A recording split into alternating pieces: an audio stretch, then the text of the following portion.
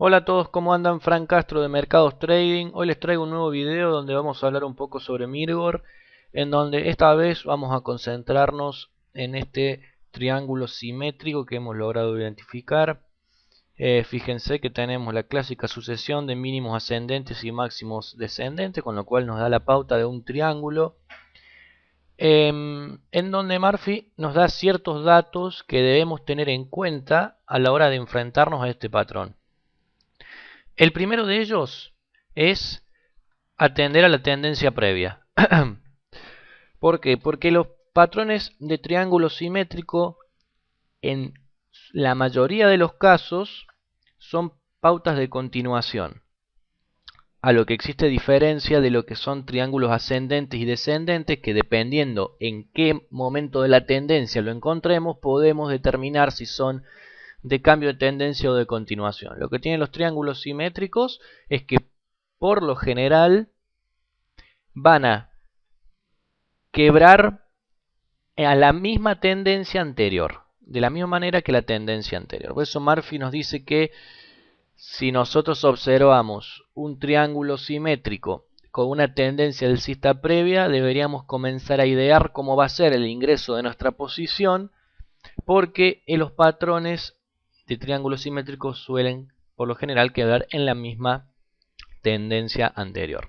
En este caso fijémonos que tenemos esta caída, por lo cual disculpen, por lo cual podríamos estar infiriendo que este triángulo simétrico puede quebrarse a la baja. Ahora, Murphy también nos da dos datos bastante interesantes a tener en cuenta. El primer dato que nos da, tres en realidad, no dos, tres. El primer dato que nos da es con respecto al tiempo de desarrollo de la figura.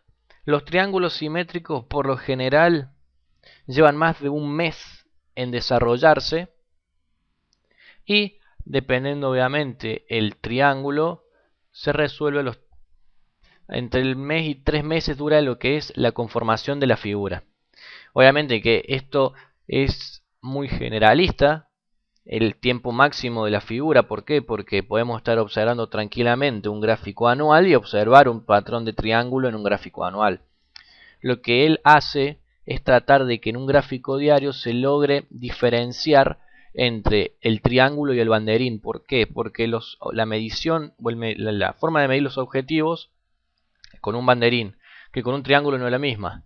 Entonces él nos dice, si ustedes observan una formación que parece un triángulo, de hecho el banderín y el triángulo son triángulos en su conformación, o en su figura geométrica por así decirlo, si esto lleva menos de un mes y resuelve antes del mes, es un banderín, mírenlo como un banderín. Si resuelve después del mes, tómenlo como un triángulo. Yo lo que hago habitualmente cuando tengo ciertas dudas, cuando quiebra ahí muy cercano al mes, lo que hago es tomar un objetivo primario y otro secundario. El de primario lo considero de alta fiabilidad y el secundario de no tan alta fiabilidad, producto de que yo mismo tengo dudas si se trata de un triángulo o un banderín, más que nada cuando quiebra muy cercano o en el mes y unos meses y unos días. Entonces simplemente agarro, mido el triángulo, lo proyecto y proyecto el banderín. Sé que hasta el objetivo del triángulo llega y después hacia el del banderín habrá que seguirlo con un stop muy cercano. Otra cosa que nos comenta Murphy con respecto a estas figuras son unos cálculos que nos permiten a nosotros determinar cuándo va a generarse el quiebre del triángulo. Es bastante interesante porque nosotros, si tenemos conformado un triángulo, digamos que tan solo tenemos hasta este toque conocido, creo que lo expliqué ya una vez en un video de Cresud, pero vamos a volver a repetirlo. Si nosotros solamente tenemos estos datos, esto no lo tuviésemos, nosotros haciendo una simple multiplicación podríamos ver dentro de qué tiempo puede quebrar o qué franja de tiempo puede quebrar el triángulo, y a partir de qué franja máxima el triángulo comienza a perder validez. ¿Qué es lo que deberíamos hacer? Simplemente debemos tener en cuenta bien cuándo es el comienzo del patrón. Si es una tendencia alcista, el patrón indiscutiblemente comienza desde el máximo. Si es una tendencia bajista, va a comenzar desde el mínimo. Bien, a partir de allí observar cuánto tiempo existe entre el comienzo del patrón y el vértice. En este caso son casi 3 meses, no llega a los 3 meses, y multiplicarlo por dos números, por 2/3, que va a ser nuestra zona, por así decirlo, de tiempo mínimo, y 3/4, que es nuestra zona de tiempo máximo. En este gráfico creo que daba aproximadamente, no les quiero decir un número al aire, pero entre acá y acá. Lo calculé, pero la verdad que ahora no me acuerdo, pero sé que va de acá por acá. En donde ustedes tienen que tener fundamental importancia al rango máximo. Porque si Murphy nos dice que si nosotros quebramos, disculpen, si nosotros pasa ese tiempo máximo y la figura no resuelve, es muy probable de que la figura termine quedando sin validez, porque los precios se irán en este tipo de movimiento. Pero en fin, lo interesante es ver aquí... me faltaba una tercera cuestión, dije que eran 3. El tema del volumen. El volumen es importante en la conformación de esta figura. Murphy nos pide que confirmemos el patrón triangular con el descenso del volumen, pero si tomamos otros autores como Stan Weinstein, él nos dice que lo importante del volumen está en el quiebre. En donde también aquí, dependiendo qué autor ustedes tomen, van a tener una referencia con términos de volumen para algunas cosas. Murphy nos dice que los cambios de tendencia por lo general se dan con mucho volumen, bien, lo cual en la mayoría de los casos es cierto. Pero Stan nos dice que, por ejemplo, una figura, vamos a decirle un hombro cabeza a hombro, que es una figura de cambio de tendencia, puede generarse en su ruptura sin volumen, con lo cual él está dejando sin importancia el tema del volumen en el cambio de tendencia, al menos para el patrón gráfico. Pero bueno, lo que deben prestar atención aquí es ver hacia dónde quiebra. Esto, como dijimos, tenemos una tendencia bajista previa, con lo cual deberíamos inferir que se quiebra la baja. Entonces lo que vamos a hacer simplemente es medir el objetivo que surge de la figura. Por lo general nos toca arrastrar hacia abajo, pero esta vez nos va a tocar arrastrar hacia arriba. Vamos a suponer que el quiebre era entre estas zonas que dijimos. Vamos a ponerlo por acá. Y fíjense que nos da un objetivo de 160 pesos. ¿Qué es lo que pasa ahora?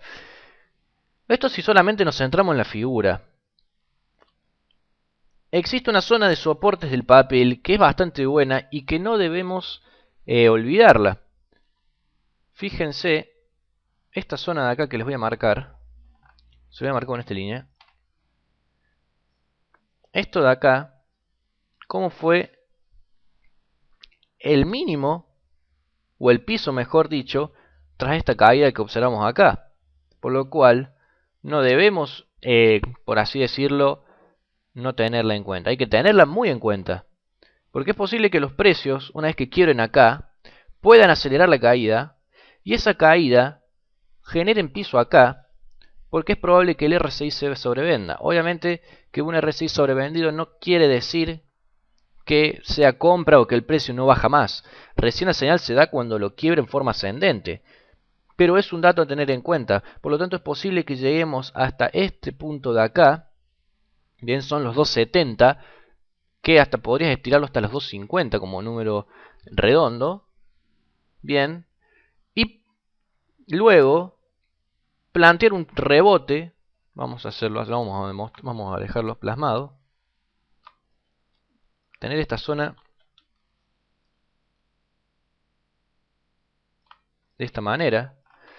Supongamos que se genera un quiebre. Llegar hasta dentro de esta zona. Y aquí que se haga piso y que se genere un rebote. Bien. Hacia aquí. Un rebote similar a esto. Un rebote rápido. 2 o 3 jornadas. 4 como muchísimo. Bien. Pero que se genere ese rebote. Por lo tanto, esta es lo que es mi visión del papel. Acá les agregué una media de 200 en donde la verdad que haber quebrado la media de 200 no es bueno. Y estar por debajo de la misma no es bueno. Habitualmente no se aconseja comprar papeles que se encuentren debajo de la media de 200. Pero bueno, como el análisis técnico es muy amplio y hay que hacer una combinación de herramientas, y como siempre digo, o no sé si lo dije una vez, pero hay que hacer la combinación de herramientas en la cual uno se sienta más cómodo. Yo particularmente me siento muy cómodo utilizando RSI, la media de 30, la media de 200, los patrones gráficos y soportes determinados en zona. Hay otras personas que tal vez no, hay muchísimo ahora que se ve que se ha puesto de moda poner proyecciones de Fibonacci. Yo aprovecho proyecciones de Fibonacci no he hecho casi nunca. Utilizo los retrocesos nomás. Las proyecciones casi que ni las uso. Yo prefiero utilizar figuras. Pero bueno, eso va a depender de cada uno. Pero en sí, este es el análisis que tienen que tener en cuenta si se quiebra la baja. Es bastante complicado pensar que tal vez el papel llegue a estos valores porque es como que, no sé, es difícil, es difícil. La tuvimos muy alcista en un momento y que se vuelva tan abajo puede chocar bastante, pero es una posibilidad de que el precio haga este movimiento y que a partir de acá venga con fuerza hasta esta zona. Que fíjense, estaría... No, nada que ver. Pensé que coincidía, pero no. Tenemos buenamente el soporte de 200, que es un soporte bastante importante. Pero tranquilamente puede hacer ese movimiento. Muy tranquilamente. Bien. Ahora, otro escenario que sería el que mejor nos convendría a todos es que el día de hoy, bien, se reconozca la parte baja del patrón de triángulo, esta zona de acá, y que se genere una ruptura. Dicha ruptura necesariamente va a tener que ser con mucho volumen y dicho volumen necesariamente debe permanecer hasta incluso quebrando la zona esta de acá. Bien, la proyección sería exactamente de la misma manera. Solamente que en vez de tomar el quiebre hacia abajo, tomamos el quiebre hacia arriba. Por lo tanto, lo bueno de determinar los distintos tipos de movimiento que puede tener el papel nos va a permitir tener escenarios posibles. Si quebran a la baja, ya sabemos qué es lo que puede llegar a realizar el papel. Si quiebra a la alza, sabemos que tenemos dos tipos de movimientos. O quebramos con fuerza derecho hacia objetivo, o el otro movimiento, que es el que al menos yo espero, si es que quiebra al alza, es reconocer en algún momento esta zona de resistencia, tal vez para hacer este tipo de movimiento. Hacer este tipo de movimiento con posterior salida. Y obviamente cuando quebramos, enfrentarnos automáticamente a esta resistencia que encontramos acá. Bien. Y si la reconocemos, ir a hacer este movimiento, pero ahora reconociendo zona de soportes. Así que bueno, gente, espero que les haya quedado claro o se lleven al menos algo de este video. La idea es compartir más bien la visión del papel y los dos escenarios que yo manejo. Que si quiebra la alza me van a ver comprando y si quiebra la baja me van a ver no comprando el papel directamente, viéndolo de afuera como está hoy en día. Dentro de figuras no se le aconseja comprar nunca. Así que bueno, espero que les haya sido útil. Cualquier duda o sugerencia comentan. Saludos.